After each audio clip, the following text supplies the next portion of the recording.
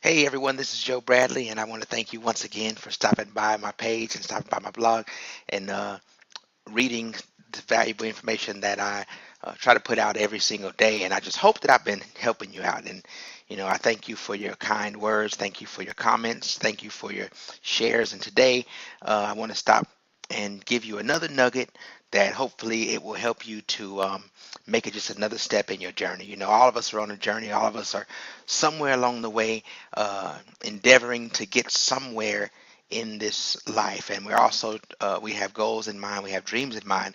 And I just want to let you know that there is no such thing as a goal that cannot be reached, and there is no such thing as a dream that cannot be actualized. And so my goal here today is just to kind of help you along the way and help you get there and help you to make your goal and your dream more normal, because a lot of times what happens is we get to a point where it where we have hopes for something, or we have goals, we have dreams, but they aren't realistic in our mind. They aren't normal in our minds, and they have to be normalized. We'll get into that a little bit later, hopefully. If not today, then in a later video. But just recapping, yesterday we talked about the journey of success. And if you didn't get a chance to see that blog, if you didn't get a chance to see the video, read the blog, then there is a link that is somewhere on this page that says you can access it here or go watch it now. And before you continue this video, you really do want to go watch that. If you haven't, need to go watch the video, and you need to read the blog. And if it helps you, comment, share. I just thank you so much. I am looking for feedback, because just like you, I'm on a journey.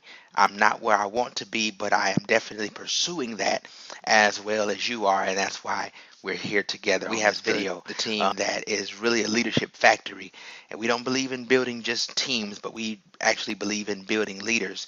And there are so many normal people who have never experienced anything before who are turning into leaders every single day simply because of the leadership of Alex and Erica. So today I want to talk about how to go from ordinary into extraordinary. That's really what I want to talk about today, because I think one of the things that kind of uh, kind of one of the things that kind of hurts, or uh, I mean, one of the things that kind of intimidates, that's what I'm looking for. One of the things that sort of intimidates many people who are in this space trying to make money from home is that the success they see others have, um, many times we tend to believe, or we tend to think that that person is somebody special. Now, don't get me wrong, everyone is special. That person is definitely special, but leaders aren't born, they're made, right? Success isn't something that is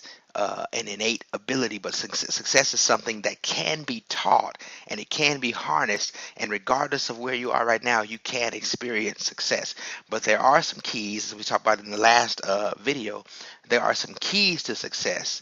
And I can see the time right now. I'm probably not going to be able to get through all of these, so I'll continue this on tomorrow. But I just want to cover a couple in this video, and then we'll go and we'll continue at the next one, because I don't want to hold anyone too long. And so we first have to understand that there is a number one. The number one indicator of success, and that's what I want to talk about right now. And then tomorrow we'll continue the video. But we want to talk about what the number one indicator of success is, and that is really how ordinary people become extraordinary. And I just want to say that the answer is not about your business. It's not about your business. It's not about your vehicle. It's not about what kind of comp plan it is. It's not about what the product or nothing like that. I know those are kind of things that we hear all the time. We hear about the compensation plans, and we hear about the models, and we hear about all these things. We hear about how the company's debt free and all that stuff. None of that matters. And I know even there's a lot of people that promote Empower Network, and they say that we pay 100% commissions, and we have the best hybrid kind of pay plan that there is. We have the best passive system there is, and all that is awesome. But let me give you this example. Let's just say that I drive a brand new 2013 Mercedes S500, right? And that it's fully loaded, has everything there is to have in it. So I get in my Mercedes S500, but then you get into your 1995 uh, Honda Civic, and it's a two-door hatchback, right? You get in your 1995 Honda Civic two-door hatchback, and we both leave at the same time. Now the difference is, well, there's two obvious differences. Number one, my car is brand new. My car is awesome. My car has the best engine and everything. Your car, on the other hand, has a few things that are wrong with it. But then we get in the car, and you've been driving for 20 years. You know how to drive. You know how to drive. Me, I've never driven before. So I've never driven before, but I'm in a brand new Mercedes Benz. You have been driving for a long time, but you're in a 1995 Honda Civic hatchback two door, and it even has rusty doors, and it has like mismatched fenders and everything. Even with your messed up vehicle, even with your two-tone fender and your may pop tires, the tires that may pop any minute, because you know how to drive, you're still going to get to your destination much sooner than I will with the perfect vehicle. So the number one indicator for success is not about uh, the vehicle. It's not about what kind of vehicle it is. Now, vehicle does have some significance because, like we said yesterday, all programs, all opportunities aren't created equal. But the driver is what determines it. And so here's the question that we have to ask ourselves. The question is, how long do you plan to play? I heard a story about I heard a story about a music teacher who she was teaching little kids how to play. I believe it's the recorder or something like that. Looks like a little tiny version of the clarinet. So she was teaching them how to play the recorder, and then they would go on from learning the recorder to learn how to play some brass instruments and everything, and some woodwinds. And one of the parents was just kind of, she saw the kids. They were kind of young or whatever, and she was just kind of, kind of curious. She said, "Well, well, how good how how good do you think they'll become? How good?" And the teacher, she said, just kind of plain, she said, "Well, that all depends. It all depends on how long they plan on playing. It depends on how long they plan on playing." And so the number one indicator for success starts off, and like I said, we'll pick up tomorrow from this, but it starts off with how long you plan on playing, how long you plan on staying around and building your business. We said yesterday uh, that we have to focus on plan A and forget about plan B. See, the number one thing that you can never do, you can never, and write this down. I don't know if you're taking notes or whatever. I know you want to leave a comment and share and everything, but definitely write this down.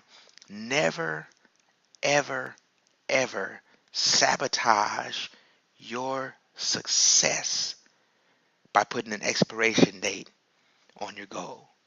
What do I mean by that? In other words, what I'm saying is, don't sit there and say, well, if I haven't lost 30 pounds after 6 months, then. Don't put if thens on your goals. Don't put expiration dates on your goals. Put them on your failures. See, we give our failures so many opportunities in life. We give our failures free rides. We give negative people and negative statements and toxic people and toxic statements. We give it so much. We give it so much of our energy and so much of our time, and we think about so many negative things. But then we have the time to do something positive. We actually give it a trial period and say, well, let's just see if it works out. And if it doesn't, then we do something else. See, here's what happens, because our mind is so powerful that our mind literally meets us where we're trying to be, right? Our mind, it meets us where we're trying to be, or it meets us where we're going to be. And so when we put an expiration date on our goal, we're literally saying that after 6 months, I'm going to do something else. And then that's why so many things fail, because we can't agree with ourselves. We're not one with our mind and our thinking, our beliefs and our thinking. They aren't one. They aren't aligned. And so the innermost part of our conscious is sitting on the other side of that 6 month period, waiting, and it won't help us. It won't connect us with all the efforts of the universe. It won't connect us with all the energy and all the elements of the universe because we've already made up in our minds that we're not in it. See, we haven't committed for the long haul. We've committed for 6 months. We've committed for a year. We've committed for 3 months. And as a result, no matter how hard we try, we cannot win because it is impossible to overperform or outperform your commitment. Okay, we'll pick up the rest of this tomorrow because I don't want to hold anyone too long. But just remember the number one indicator for success is it all depends on how long you plan on playing. So answer that question and I'll see you tomorrow. How long do you plan on playing?